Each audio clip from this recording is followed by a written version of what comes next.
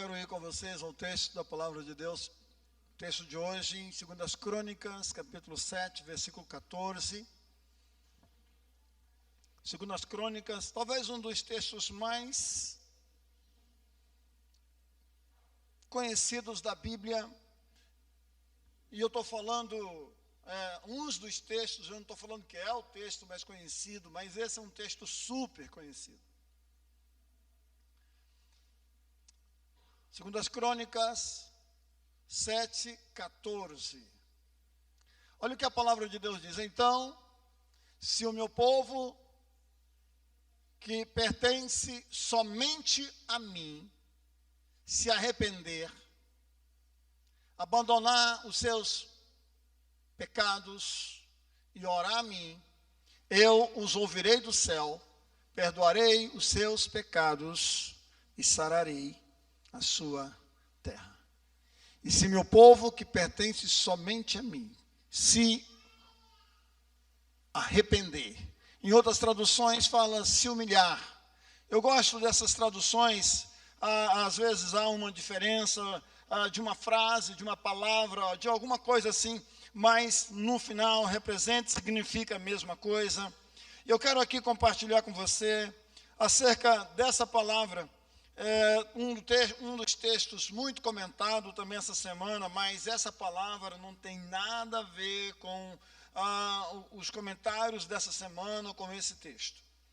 Essa palavra tem muito a ver com o tempo em que eu estava orando, buscando a presença de Deus pela manhã, e o Senhor me trouxe essa palavra para compartilhar com vocês hoje.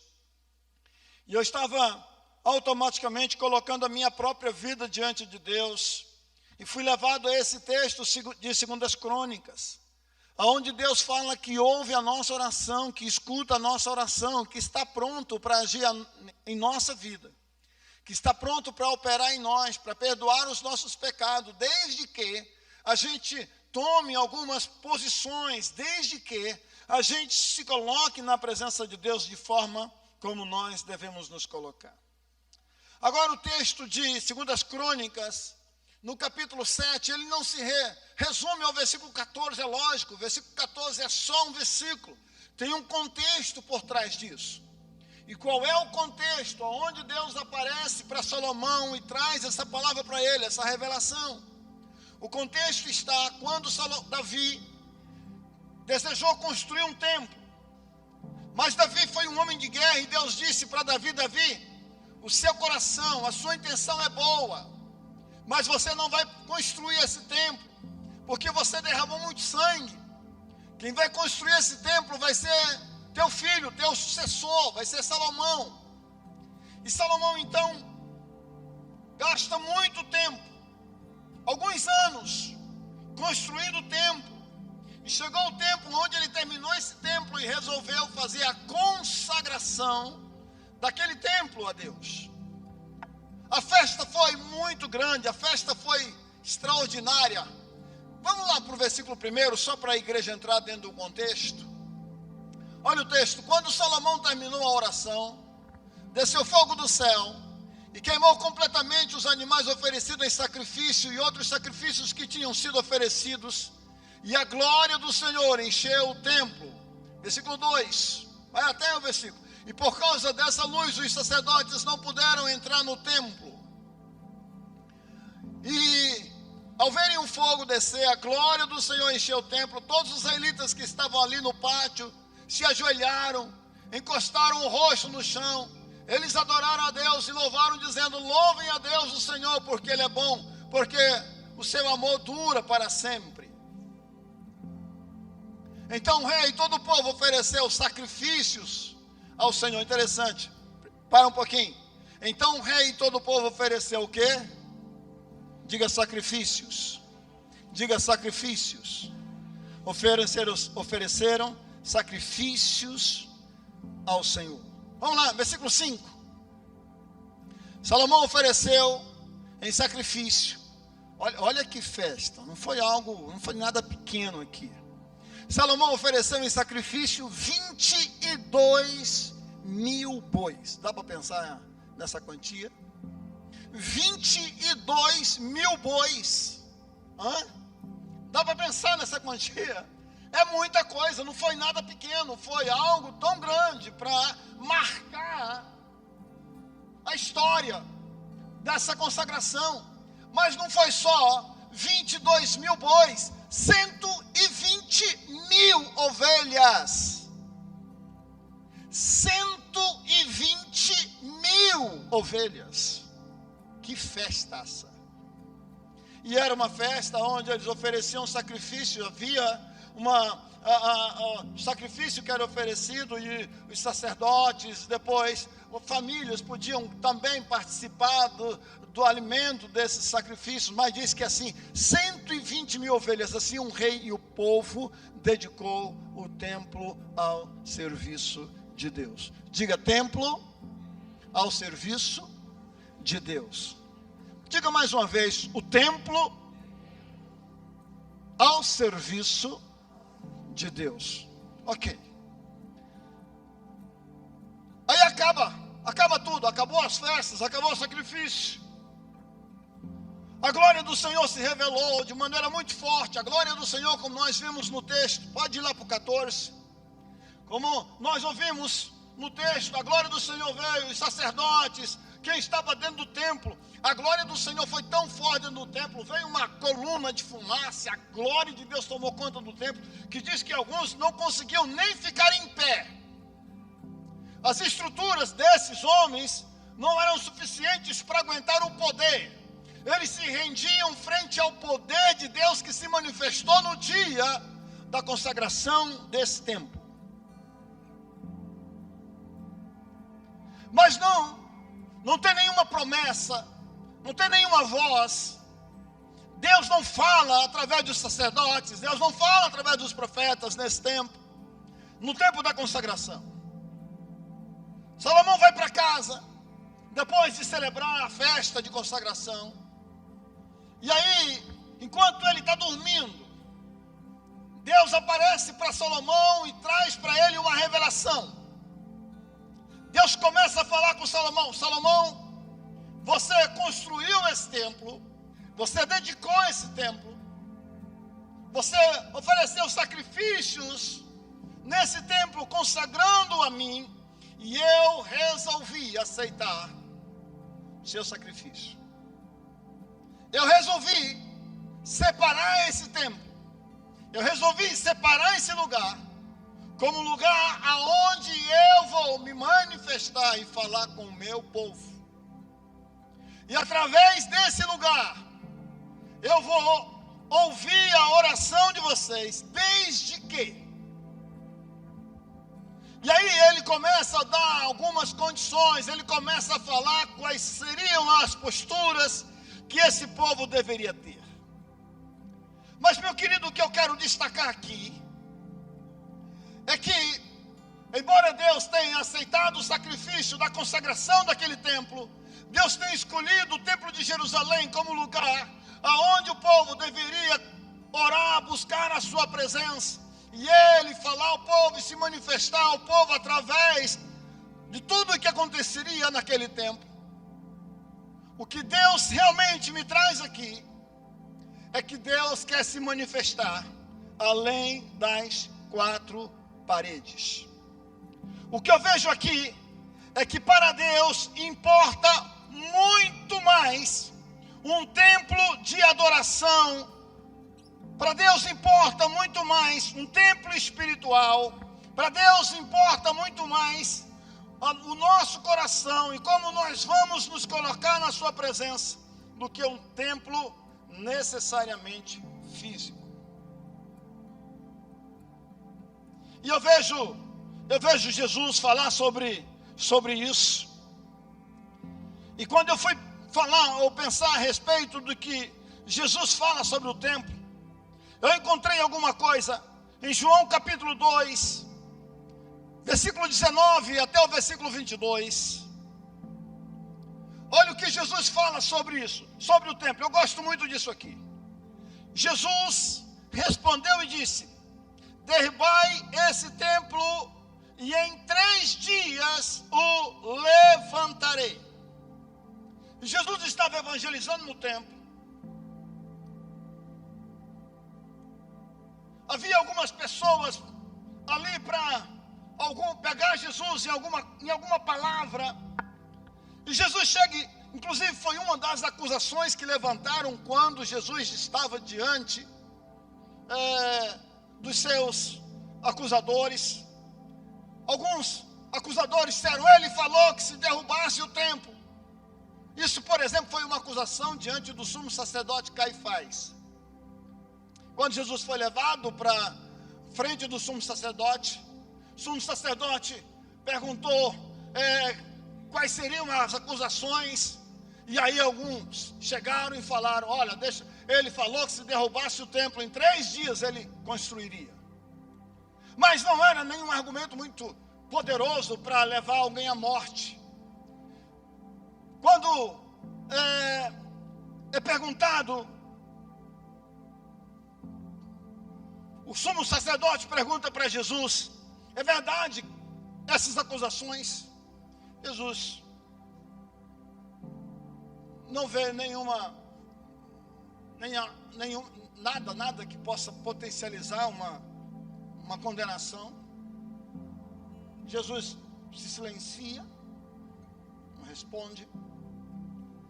Mas quando Jesus é provocado: você realmente é quem diz ser? Se é o Filho de Deus? Aí Jesus afirma que é. E aí o sumo sacerdote Caifás disse: basta, para que a gente precisa de alguma acusação? Ele está se declarando Filho de Deus, ele merece a morte e tal, e aquela coisa toda. Mas o que eu quero focar não é nem muito bem isso. É o que Jesus realmente falou. Jesus respondeu e disse: derrubai esse templo, em 3 dias o levantarei. E disseram, pois, os judeus: em 46 anos foi edificado esse templo, e tu o levantarás em 3 dias. Quanto tempo foi levado para edificar o templo? Diga 46 anos. 46 anos foi levado para a construção desse templo. E você está dizendo que em 3 dias, se derrubar esse templo, você vai reedificar?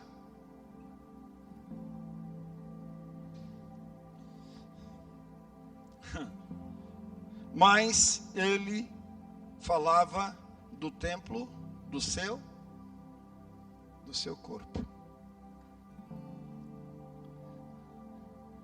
Ele não estava falando de um templo físico. Ele estava falando de um templo espiritual. Derruba esse templo. Ou seja, e meu irmão, foi exatamente isso que aconteceu. Quando mataram Jesus, quando crucificaram Jesus e o sepultaram, no 3º dia ele faz o quê? Ressuscita. Ele cumpre exatamente essa palavra aqui de João capítulo 2. Derrubem esse templo, e em 3 dias esse templo vai ser reedificado. É que o povo não entendeu o que Jesus estava querendo dizer ali. E aí, no versículo 22, quando Jesus foi ressuscitado, os seus discípulos lembraram que ele tinha dito isso, e então creram nas Escrituras Sagradas e nas palavras dele.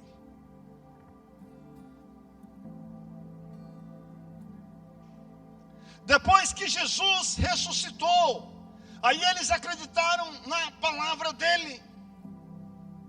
É muito mais do que um templo físico, é um templo espiritual. Olha o que Paulo fala a respeito, ou sobre o templo. E eu gosto também disso, está em 1 Coríntios capítulo 6, 19 a 20. Olha o que diz o texto. Ou não sabeis que o vosso corpo é o templo do Espírito Santo? Ou não sabeis que o vosso corpo é o templo do Espírito Santo? A nossa tradução ali exposta: Será que vocês não sabem que o corpo de vocês é o templo do Espírito Santo, que vive em vocês e lhes foi dado por Deus? Vocês não pertencem a vocês mesmos, mas vocês pertencem a Deus. Quem pode dar uma glória a Deus? Vocês não pertencem a vocês mesmos. O que a palavra de Deus está dizendo, meu querido, é que nós, aqui, nosso corpo é templo do Espírito Santo. O que a Bíblia está dizendo é que nós somos consagrados a Deus. E é muito mais importante uma vida consagrada a Deus, uma vida dedicada a Deus, do que um templo de 4 paredes, do que tijolos, do que pedras, do que areia, do que madeira, do que concreto, do que qualquer outra coisa. Nós somos mais importantes, nós somos templo do Espírito Santo. Nós é que pertencemos a Deus. O Espírito Santo habita, Ele habita em nós. Ele não habita aqui nesse lugar, nessa caixa que a gente está aqui reunido, não. É aqui que Ele habita. Ele habita aqui dentro. Ele habita aí dentro de você. E agora, Deus aparece a Salomão. E Deus está falando para Salomão a respeito de como esse povo deveria se comprometer com Deus. Porque aquele templo de madeira, porque aquele templo construído por Salomão durante tantos anos, poderia ser destruído como resultado de um afastamento de Deus. E Deus falou com Salomão: se esse povo se afastar, se esse povo continuar pecando, se esse povo se rebelar contra mim, esse templo que todo mundo agora vê que é tão suntuoso, tão bonito, tão belo, esse templo que levou 40 e tantos anos para serem construídos, esse templo aqui vai ser destruído. É isso que Deus está dizendo, esse templo vai ser destruído. E esse templo foi construído em Jerusalém por Davi. Agora olha só a respeito de Jerusalém. Jerusalém foi destruída 12 vezes desde a sua fundação. 12 vezes. Ela foi sitiada 20 vezes. E outras 50 vezes essa cidade onde o templo foi construído foi capturada.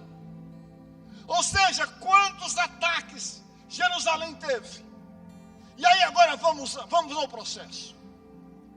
Esse templo que foi dedicado a Deus aqui, esse templo que foi consagrado a Deus de uma forma tão maravilhosa, construída por Salomão durante tantos anos, a Bíblia diz que ele foi destruído. Ele foi destruído no ano de 587, antes mesmo de Jesus. 587 anos antes de Cristo.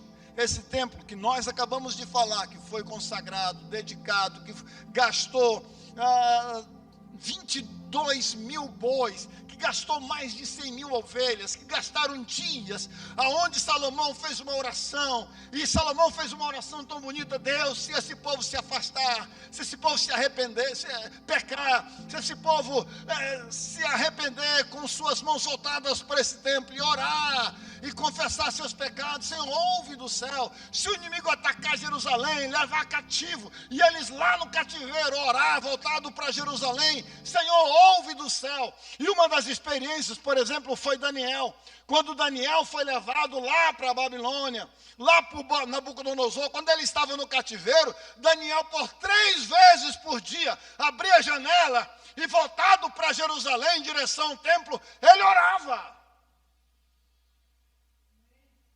Ele clamava e ele dizia: Deus, aquele tempo foi consagrado, e o Senhor disse que se nós, aqui levados como cativos, e se aonde no lugar do nosso cativeiro orássemos, o Senhor viria do céu. Ele orou 3 vezes por dia.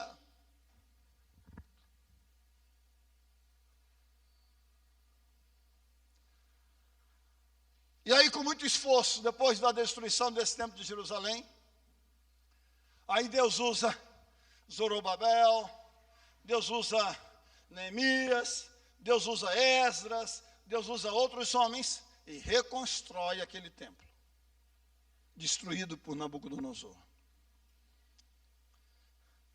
Quando no templo de Jesus chega e fala sobre a questão da destruição do templo. Destrua esse templo, em 3 dias eu edificarei, falando de si mesmo.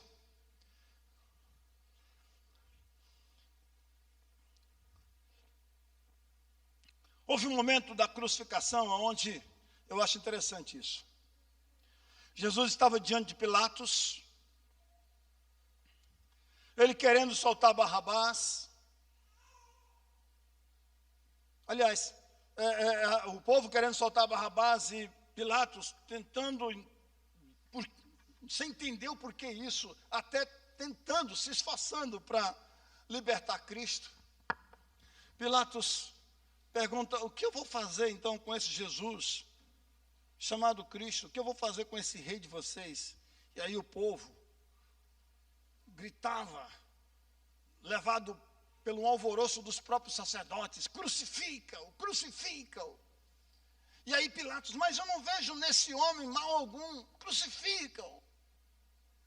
Mas houve um momento em que o povo que pedia crucificação disse que o sangue desse homem caia sobre nós e sobre nossos filhos. 70 anos depois, no ano 70 depois de Cristo, outro general, agora chamado Tito, entra dentro de Jerusalém, saqueia Jerusalém e destrói o templo. E tudo que fica do templo são pedras, são muros. Derruba o templo. E eu acredito que essa maldição que eles falaram, que o sangue desse homem caia sobre nós e sobre nossos filhos. Isso aqui sou eu pensando isso. Eu acho que eles sofreram um tipo de juízo sobre isso, com uma perseguição no templo de Hitler, que morreram milhões de judeus.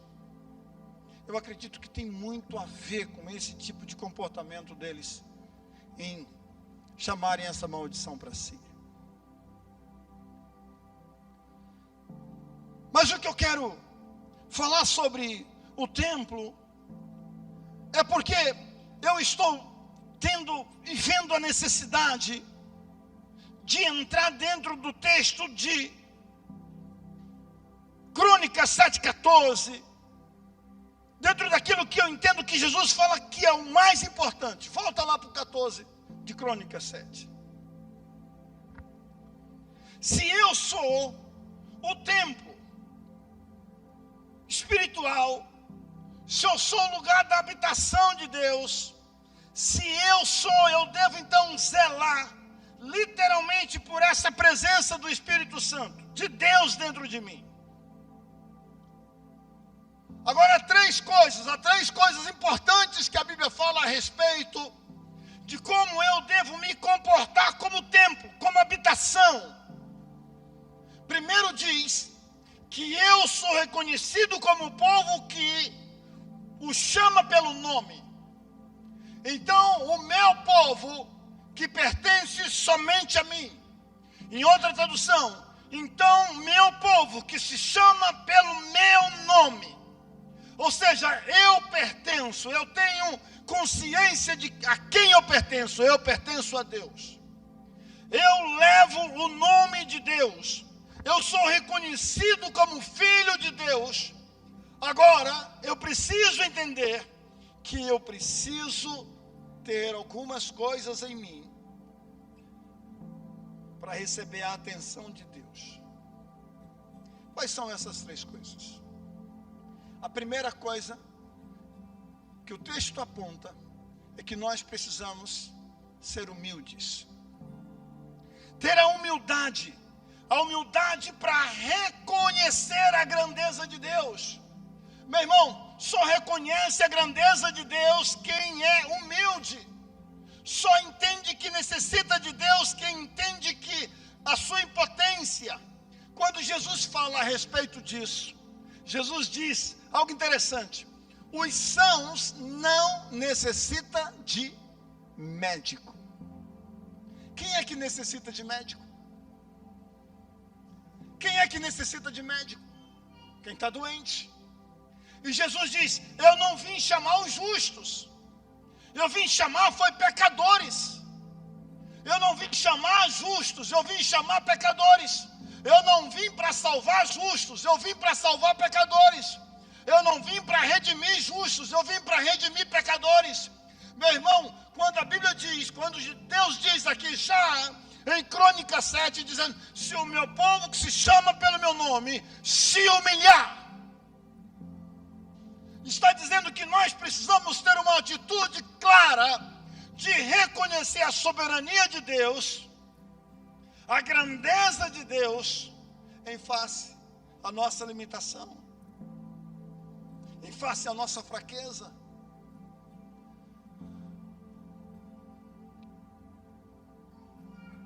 O problema do homem é quando ele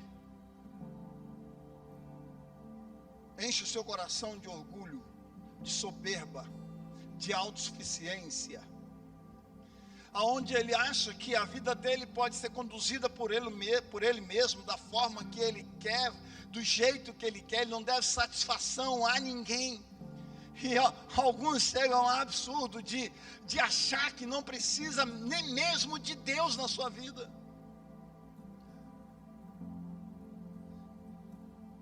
E se isso não é verdade, talvez por um ato aonde você fala, mas talvez isso se torne uma verdade pelo seu comportamento. Muitos de nós dizem: ah, não, eu preciso de Deus, mas não busca Deus. Eu preciso de Deus, mas na hora de tomar uma decisão não o consulta. Não busca a sua presença para saber se essa é a sua vontade. Então, alguns aqui tomam muitas decisões, mas não buscam, não consultam para saber se essa é a vontade de Deus. Talvez alguns dizem: amanhã eu vou viajar, amanhã eu vou fazer isso, amanhã eu vou fazer aquilo, ou eu vou construir uma casa, eu vou comprar um carro, eu vou fazer isso, eu vou casar. Mas, meu irmão, você está buscando saber se essa é a vontade de Deus para você? Não, eu dependo de Deus. Ei, parei, quem depende? Consulta. Quem depende, recorre para Ele nas suas decisões. É humilde para reconhecer a sua dependência. E quando Deus está falando com Israel, Deus está querendo dizer para ele, quando Deus fala com Salomão, quando Deus fala na consagração daquele tempo, esse povo precisa ter a humildade para reconhecer que sem mim eles não são nada. Sem Deus nós não somos nada. Não é um templo, meu irmão, não é algo de quatro paredes, é dentro de nós. Nós temos que zelar pelo templo do Espírito Santo, nós temos que zelar pela presença dEle aqui dentro de nós. E é por isso que se eu chamo pelo nome, se eu sou reconhecido como servo de Deus, eu preciso estar sempre na sua presença, buscando saber qual a vontade dEle para a minha vida, buscando entender qual é o projeto dEle para mim. O texto diz: se esse meu povo que chama pelo meu nome se humilhar e buscar a minha face. Temos que buscar. Quando domingo passado eu estava falando sobre famintos por Deus, e eu fiz algumas perguntas: Senhor, você é um faminto? Falei aqui, não vou voltar aquela palavra, você pode estar na nossa internet, está na rede social, busca lá. Foi dado até um pequeno spoiler hoje aqui, falando dessa palavra até para a própria vigília que a gente vai ter. Mas o que Deus está tentando falar é que nós precisamos buscar sempre a sua presença, se humilhar e buscar a minha face. Tem que buscar a minha presença. Se o meu povo se humilhar, orar. Ou seja, um povo que se humilha tem a noção da sua fragilidade e reconhece a sabedoria de Deus. Um povo que se humilha sabe que não adianta os recursos, não adianta um grande exército, não adianta toda essa tecnologia, não adianta um povo ter. Nós estamos hoje buscando eleger um governante para a nossa nação. Mas não adianta a gente ter um bom governante apenas. Eu gostei muito quando alguém aqui subiu e falou, foi o Clóvis e depois o João Carlos. Ei, não importa quem vai ser o nosso governante. É Jesus que é o nosso Senhor. Não importa com quem a gente vai ter que combater, Jesus é o nosso Senhor. Não importa, não importa. Nós temos sim as nossas preferências. A gente gostaria que as nossas preferências fossem, mas se não for, meu irmão, eu tiver que lutar contra qualquer coisa, contra qualquer ideologia, contra qualquer princípio que afronte a palavra de Deus, eu vou lutar, não importa. E aí a palavra de Deus está dizendo, é Ele que é Senhor, meu irmão. Então, não importa o líder, reconheça, é Deus que tem o poder, é Deus que tem o controle.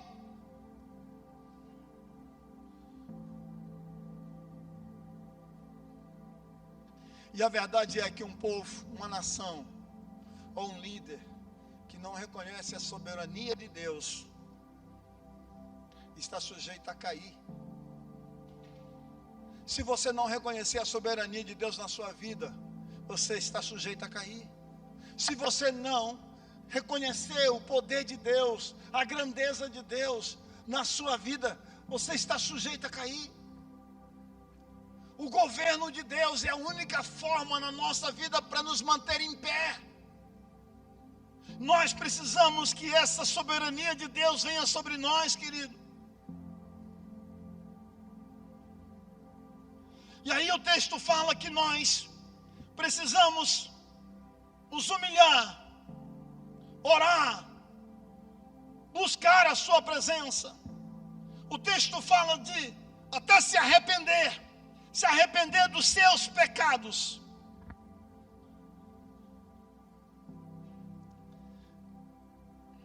Tiago capítulo 4, versículo 9 e 10.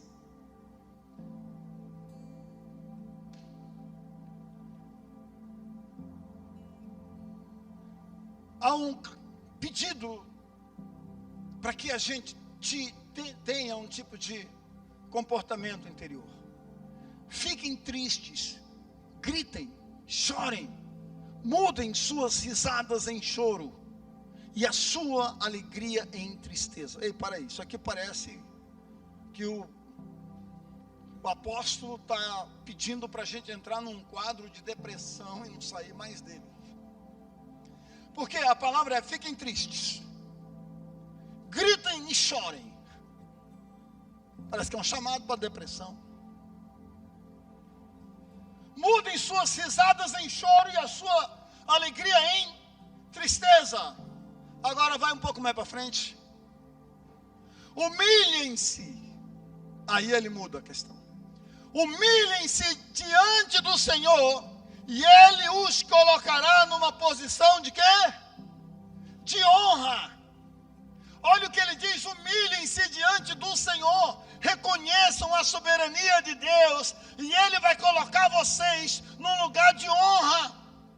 Se humilhar é se esvaziar, é deixar o orgulho, é confiar somente em Deus. Se o meu povo buscar a minha face, oh meu Deus, buscar sempre a sua presença. Jeremias capítulo 29, olha isso, versículo 12 e versículo 13. Então vocês vão me chamar e orar a mim, e eu responderei. Uau! E se o meu povo que se chama pelo meu nome se humilhar e orar, buscar a minha face. E agora a gente vê aí em Jeremias, então vocês vão me chamar, orar a mim, e eu os ouvirei. Vocês me procurarão e me acharão quando me procurarem de todo o coração. Deus está dizendo: eu vou estar disponível. Meu irmão, essa é a oração. Salomão fez uma oração tão linda a Deus, que tocou o coração de Deus, e Deus vem para ele depois da festa e diz: eu resolvi atender a tua oração. Mas a condição é desse povo reconhecer que eu sou o líder deles, que eu sou o governo deles. Eles precisam ser chamados pelo meu nome. Eles precisam ter uma identidade de filho. E se eles que se chamam pelo meu nome se humilhar, orar, buscar a minha face. E eu entendo que buscar requer comunhão, requer esforço, requer dedicação. Buscar a face de Deus requer um tempo dedicado a Deus. Você sabe que às vezes nós somos tão relapso. Eu não sei se você é um relapso, espiritualmente falando, mas nós estamos tão agendados, estamos com a vida tão corrida, que eu confesso que eu fico pensando qual é o tempo que a igreja no geral realmente busca a Deus. Você tem um tempo de buscar a Deus todo dia? Você tem? Você tem uma hora? Você tem um tempo na sua agenda? Você é um daqueles que diz: a primeira coisa que eu vou fazer ao acordar é ter um tempo na presença de Deus. Eu não estou falando que é de 10 minutos, 20 minutos, 30 minutos, 50 minutos. Não estou falando sobre tempo gasto. Eu estou falando sobre disposição de estar, disposição de buscar. Porque a palavra de Deus diz: se esse meu povo que se chama pelo meu nome tiver humildade suficiente para reconhecer a sua fraqueza e o meu poder, se esse meu povo que se chama pelo meu nome se humilhar e orar, buscar a minha face, eu, o Senhor, ouvirei do céu. Isso é tremendo, meu irmão. Eu ouvirei do céu. Eu vou ouvir a sua oração desde que ele me busque de todo o coração. Deus está disponível a cada um de nós. Deus está disponível a mim, Deus está disponível a você. Uma das coisas que eu sei está na sequência do texto, porque diz: se o meu povo se chama pelo meu nome, se humilhar, orar, buscar a minha face, se arrepender dos seus maus caminhos. Meu irmão, eu acho que algo começa a acontecer de uma forma muito natural. Quem busca a Deus, quem se consagra a Deus, é quase natural, vai se afastar dos maus caminhos. Quem busca a Deus, quem se consagra, quem busca orientação, quem busca ajuda, é quase automático, ele vai se afastar dos maus caminhos. Vai ser uma consequência de quem busca a Deus de verdade, se afastar desses maus caminhos. Porque ele vai discernir: não, isso aqui não agrada. Não, você sabe que quem está orando, uma das características de alguém que está realmente orando, é que quando ele peca, quando ele sabe que entristeceu o Espírito Santo de Deus, e ele geme por dentro. Outra consequência de quem está orando aqui, ele tem o discernimento: não vou fazer isso aqui não, porque isso aqui desagrada a Deus. E ele tem força para resistir. Quando Jesus Aliás, quando na Bíblia fala que nós não seremos tentados acima daquilo que nós podemos suportar. Alguns usam esse texto de uma forma errada. Não, se Deus está me dando essa aprovação, se Deus está me permitindo passar por tudo isso aqui, é porque Deus vai me levar à vitória. Eu sei que isso é uma verdade, mas o texto está dizendo que Deus já deu para você o poder de pisar na cabeça do diabo. O que Deus está dizendo para você é o seguinte, deixa eu falar o seguinte, tem uma tentação aqui, tem um mau caminho apresentado aqui diante de você. Você está aqui, o mau caminho está ali, palma da minha mão, o mau caminho. Aí o mau caminho está te chamando, mas você vai dizer assim, tem a tentação, tem um mau caminho, mas Deus já me deu o direito e o poder de não andar nesse mau caminho e me afastar dele. Quando você já está dentro do mau caminho, não é porque Deus permitiu você, Deus te deu autoridade para não entrar nele antes, você já entrou. Agora o que você tem que fazer é se arrepender. Se arrepender dos seus maus caminhos. Se arrependa de ter entrado lá dentro. Porque a palavra de Deus diz que se o meu povo que se chama pelo meu nome, se humilhar, orar, buscar a minha face, se arrepender dos seus maus caminhos. E aí que é lindo, meu querido. Sabe por quê? Porque não importa o quanto você tem errado, Deus está dizendo, se você se arrepender, eu vou sarar você. Se você se arrepender, eu vou curar você. Se você se arrepender, eu vou perdoar você. Se você se arrepender, você vai ser purificado. Eu os ouvirei do céu, sararei a sua terra e perdoarei os seus pecados. Então não importa quão longe você tenha ido. Se você estiver disposto a clamar pelo nome dele, se você estiver disposto a se humilhar, quebrar seu orgulho e buscar a sua face, ele vai atender você.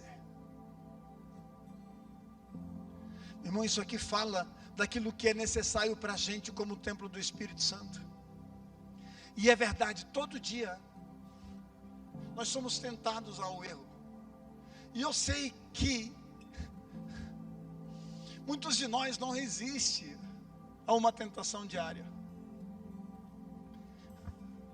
Talvez a gente amanhece o dia, quando vai dormir, a gente vai fazer uma retrospectiva do nosso dia. A gente vai dizer, eu fiz besteira. Eu sei. Quantos de nós aqui, meu irmão, quantos de nós aqui, todo dia, faz algo que entristece o Espírito Santo? Entristece a Deus.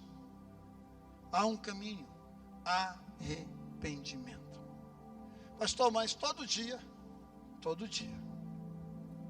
Você sabia que todo dia eu confesso meus pecados? Todo dia. Não, mas eu não estou lembrado de nenhuma besteira que eu fiz durante o dia. Senhor, eu sei. Mas a minha mente é enganosa. Pode ser que eu esteja me achando até justo demais. Aí é bobagem também, porque... Então, todo dia eu preciso confessar. Todo dia eu preciso me humilhar. Todo dia eu preciso buscar. Todo dia eu preciso estar na sua presença. Eu não posso tomar nenhuma decisão.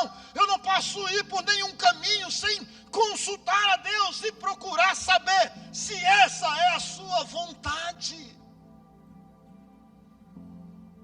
E só para concluir, porque nós temos a ceia. O templo que Salomão construiu foi lindo, maravilhoso. O templo reconstruído ficou também muito bonito. Mas Jesus olha para esse templo físico e diz: o mais importante não é esse templo. O mais importante é isso aqui. destrói esse templo, em 3 dias eu vou reedificar. É o que Paulo diz. Não sabem? Vocês são templos do Espírito Santo. É Ele que habita em vocês. E quando Ele diz sobre segredos de receber uma resposta de Deus, Ele está falando a mim e a você em cuidado desse corpo físico, desse corpo que é o templo do Espírito Santo. Cuide da sua vida com Deus. Zele. Jesus morreu,